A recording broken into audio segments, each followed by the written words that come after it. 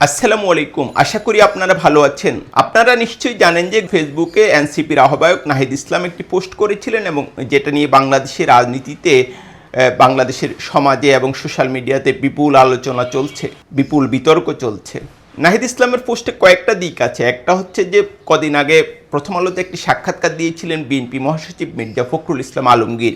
সেখানে তিনি একটা উল্লেখ করেন যে 5ই আগস্টের পর ছাত্রদের পক্ষ থেকে জাতীয় সরকার গঠনের কোনো প্রস্তাব দেওয়া হয়নি। কিন্তু নাহিদ ইসলাম বলছেন যে এটা সত্য নয়। 5ই আগস্টের পর তারা বিএনপির ভারপ্রাপ্ত চেয়ারম্যান তারেক রহমানের সঙ্গে যে ভার্চুয়াল বৈঠক করেন সেখানে জাতীয় সরকার গঠনের প্রস্তাব দেন এবং সংবিধান স্থগিত করতে বলেন, কিন্তু বা সংবিধান পুনর্লিখনের কথা বলেন, কিন্তু বিএনপির ভারপ্রাপ্ত চেয়ারম্যান এ ব্যাপারে সম্মত হননি।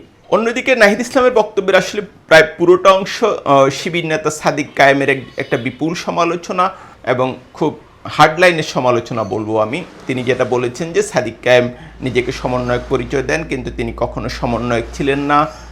আরেকটা তিনি বলেছেন যে ছাত্র শক্তির প্রতিষ্ঠার পেছনে শিবির ছিল বলে সাদিক কায়েম যে কথা বলেছেন সেটাও মিথ্যাচার।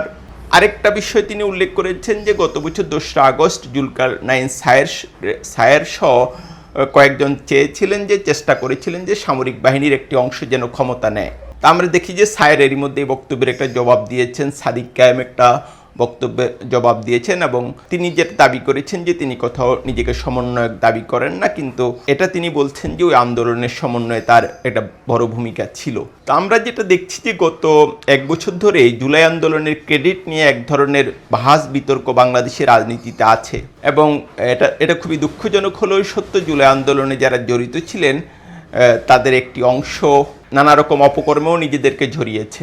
আমি নিজে যেটা বলি, জুলাই আসলে একটা মহাকাব্য। এখানে অনেক মানুষের অংশগ্রহণ ছিল এবং অনেক আওয়ামী লীগের নেতাকর্মী যারা সাধারণ সমর্থক কর্মীদের কারো সেখানে অংশগ্রহণ ছিল। জুলাইতে মানুষের রক্ত দেখে, আমাদের বাচ্চাদের তরুণদের রক্ত দেখে আসলে মানুষ সেটা সহ্য করতে পারেনি এবং মানুষ রাজপথে নেমে এসেছে এবং মানুষের এই বিপুল অংশগ্রহণের কাছে হাসিনা পরাজিত হয়েছেন। আর যে যত থিওরি বলুন, ওটাতে আমার নিজের ব্যক্তিগতভাবে বিশ্বাস নাই। এখন প্রশ্ন হচ্ছে যে নাহিদ ইসলাম যে ফেসবুক পোস্ট করলেন, এটার বাংলাদেশের রাজনীতিতে তাৎপর্য কী? আমরা যেটা দেখি যে বিএনপির সঙ্গে অনেক দিন ধরেই তাদের এক ধরনের বাহাস চলে আসছে নানা ইস্যুতে। তবে রাজনীতির খোঁজ খবর নেওয়া মানুষ হিসেবে আমি এটা এখনও নাকচ করি না যে বিএনপির সঙ্গে তাদের কোনো নির্বাচনী সমঝোতার সম্ভাবনা নেই। রাজনীতি খুব জটিল একটা জিনিস এবং ওই যেটা বলা হয় রাজনীতিতে শেষ কথা বলে কিছু নেই।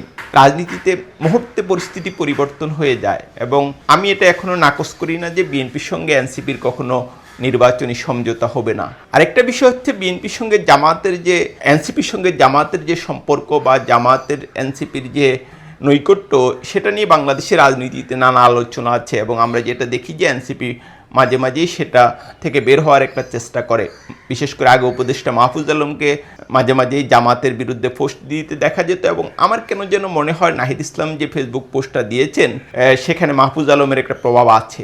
এটা আমি ডকুমেন্টারি প্রমাণ করতে পারবো না, এটা আমার এক ধরনের অনুমান বলতে পারেন। তো যেটা দেখা যাচ্ছে যে জামাতের সঙ্গে এনসিপির বিভিন্ন ইস্যুতেও একটা নৈকট্য আছে এবং এটা নিয়ে নানা রকম সমালোচনাও আছে, বিশেষ করে সেকুলার ফ্রন্ট থেকে। এই পরিস্থিতিতে এনসিপি হয়তো জামাতের সঙ্গে দূরত্বটা বাড়াতে চায়, এই কারণেই নাহিদ ইসলাম এই পোস্টটা করেছেন এবং আমার ধারণা জামাত এবং এনসিপির যে নির্বাচনী সমঝোতার আলোচনা চলছিল, নাহিদ ইসলামের এই পোস্টের পর সেটা ক্রমান্বয়ে কঠিন হয়ে যাবে এবং এনসিপির জন্য কিন্তু এটা পথ বেছে নেওয়ারও একটা ব্যাপার। এনসিপি কিন্তু তাদের রাজনৈতিক যে দর্শন সেটা এখনো পরিষ্কার করেনি। আমি নিজে ব্যক্তিগতভাবে মনে করি যে বিএনপি ক্রমশ তার যে ইসলামী মূল্যবোধের রাজনীতি সেটা থেকে সরে আসছে। বিএনপি অনেকটা মধ্যপন্থী, তারা আগে যেটা মুখে বলতো সেটা এখন অনেকটাই কার্যকর করার পথে।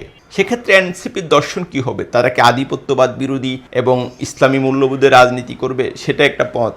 আরেকটা আছে তারা ক্রমশ বামপন্থার কাছাকাছি যাবে, সেটা আরেকটা পথ। তো এনসিপির যে রাজনৈতিক দর্শন সেটা ঠিক করার পরেই আসলে জামাতের সঙ্গে তাদের যে সম্পর্ক সেটা মূল্যায়নের প্রশ্ন আসবে। যদিও আমি যেটা বলছিলাম যে নাহিদ ইসলামের এই ফেসবুক পোস্টের পর সেটা আসলে কঠিন জামাতের সঙ্গে তাদের নির্বাচনী সমঝোতা যদিও গতকাল বিকালেই নাহিদ ইসলাম হাসপাতালে গিয়েছিলেন এবং জামায়াত আমির ডক্টর শফিকুর রহমানকে দেখে আসেন এবং তার খোঁজ খবর নেন, কিন্তু এটা রাজনীতিতে এটার কোনো বড় প্রভাব আছে বলে আমি মনে করি না। তো সব মিলিয়ে যেটা দেখা যাচ্ছে যে নাহিদ ইসলামের এই পোস্ট বাংলাদেশের রাজনীতিতে একটা নতুন আলোচনা তৈরি করেছে এবং খুব সম্ভবত আগামী দিনে এনসিপি রাজনীতির যে গতিপথ সেটার একটা ইঙ্গিত দিচ্ছে।